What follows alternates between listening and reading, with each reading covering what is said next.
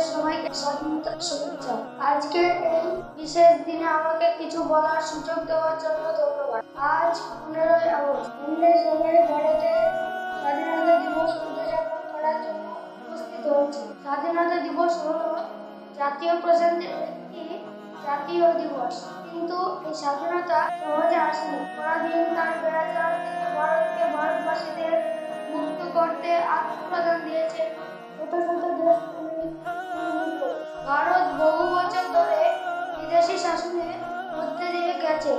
আমাদের সংস্কৃতি, আমাদের ঐতিহ্যকে ধ্বংস করার জন্য সমস্ত রকম চেষ্টা করা হয়েছে, তবে তারা আমাদের আত্মবিশ্বাস এবং দৃঢ় সংকল্পকে ফলাতে পারেনি এবং শেষ পর্যন্ত আমরা বিজয়ী হয়েছি।